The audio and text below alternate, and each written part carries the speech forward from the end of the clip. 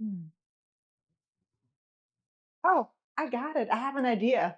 So I have all these pieces of scrap wood and I would like to build something out of it. So I came up with this. A Connect 4 game that's perfect as a table game for the whole family. It folds up nicely to store away, and I think it's just the perfect size. Do you want one too? Follow me and lass uns anfangen.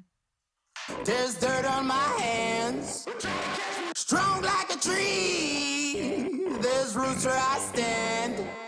Here are the scrap wood pieces that I wanted to use for this project. I got some redwood pieces, a 9 mm thick piece of walnut and cherry, a 5 mm thick piece of plywood. But I have to say, this time didn't work out as planned, and I actually had to run to Home Depot to replace some of the pieces since I made a big mistake along the way. But more to this later. I started by cutting the pieces by using my miter saw. Don't forget your PPE, and then let's get cutting. I started by cutting the plywood.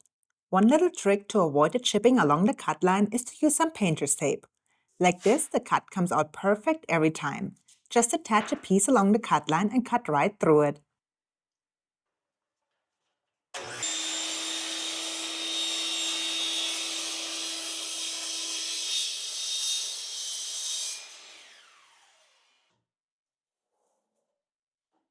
Perfect! I repeated the tape trip on all other plywood cuts.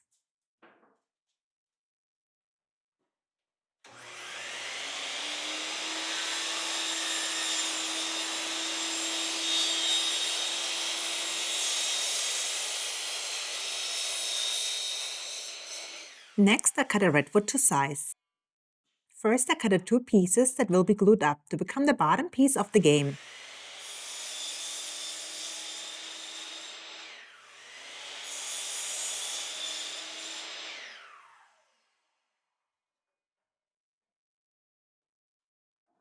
To get the glue line right in the middle, I used a table saw to cut two equal-sized pieces.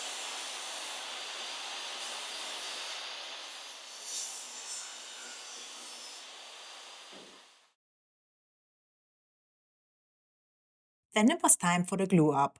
I used Tidebond 3. I really use this glue for all of my glue ups. I've never had any issues with it, even for outdoor projects or for cutting boards. I always get a gallon and order it from Amazon. I have not found it anywhere cheaper, and it gets delivered right to your door. When you tighten the clamps, make sure you only tighten until you get an even squeeze out of the glue, not any more, or you will end up with bent wood. As the glue on the bottom piece is drying, I worked on the rest of the pieces.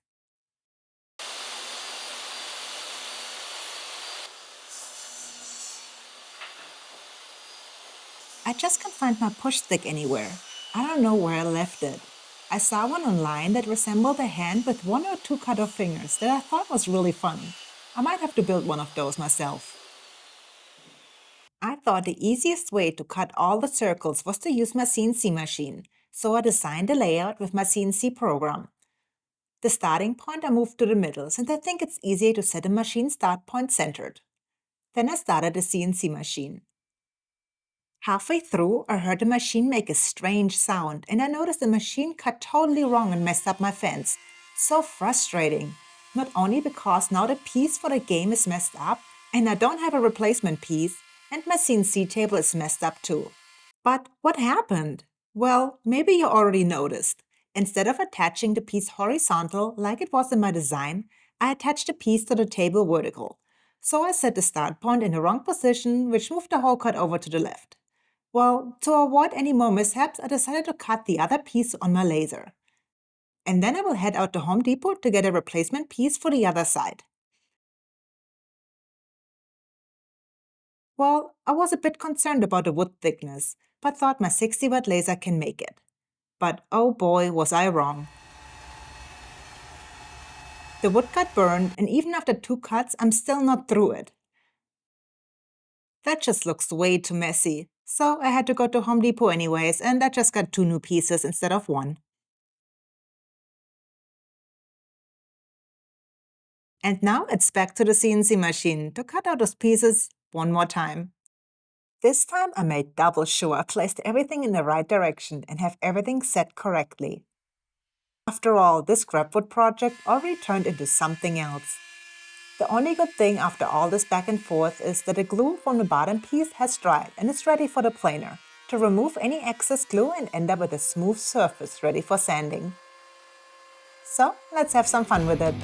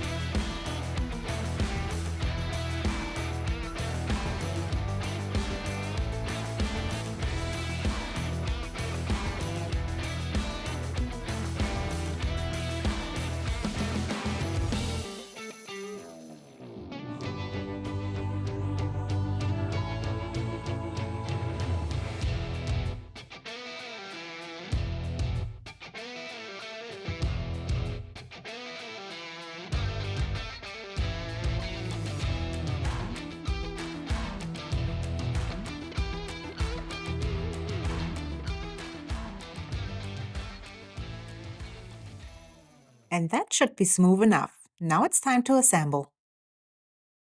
This is a pretty simple build, and I only used wood glue and bread nails to hold it together. No screws are needed for this build. First, I assembled all the pieces to make sure they all fit. The only thing that I could not decide on was to add this middle piece or not. It will raise the game board a bit. Raising the game board will make it easier to see the bottom line, however raising it will also mean that the game board is less stable in the end, since it is held in place by those two side pieces, and it will have less space to slide in it, making it more prone to wobbling. In the end, I did decide to go with the bottom piece in the middle. However, later I regretted it. So if you decide on building it yourself, you might just want to consider not adding it, since a bit more stability would have been better than raising the game. To avoid any sliding of the pieces, I used clamps to hold them in place, while I used the bread nailer to add the nails. Isn't it the best feeling when you turn around a piece and none of the nails are visible? I love it. However, and of course, in Miike fashion, I ran out of nails halfway through and only had super long ones left. I used a few of those to finish the build, but one of them came out a bit on the side, which just added to my frustration. What do they say? When it pours, it rains? No. Maybe when it rains, it pours? Either way, it was definitely one of those days for me. In the end, I was able to finish it. And checking on the CNC cut, it actually worked. I used a compression bit to get as little tear out as possible. This piece will need some hand sanding, but it looks like no tear out happened. So I'm pretty pleased with it. I used a light-colored birch plywood for the game board. To make it match better, I decided to stain it in a cedar color using my go-to Olympic Water Guard stain. I applied it using a lint-free rag. However, a foam brush or a regular paintbrush would work much better, especially with all those holes. I let the stain dry enough so I can handle the pieces. Then I used super glue to glue the pieces together. Place the spaces evenly so the round game pieces have just enough room to slide through effortless. You do not want them to get stuck.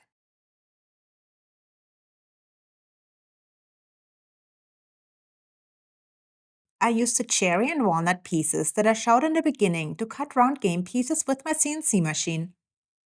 I have 21 cherry pieces and 21 walnut pieces. I had not have time to apply the finish just yet, but once it's applied, you will see a big difference in the color of the pieces, and it will be easy to distinguish between the two colors. And wir fertig! Wow, what an awesome game! Such a simple build, but yet I made so many mistakes along the way, and I would say so you don't have to. I always try to show full transparency during my builds and don't hide any mistakes I made along the way to make myself look better. Everybody makes mistakes and I love that you can learn from mine. Thank you for watching, and you know the drill. Please like, comment and subscribe. If you can, please join my Patreon for more special pictures and videos. This helps me continue with my YouTube channel. Dankeschön. See you next Friday. Tschüss. Und auf Wiedersehen.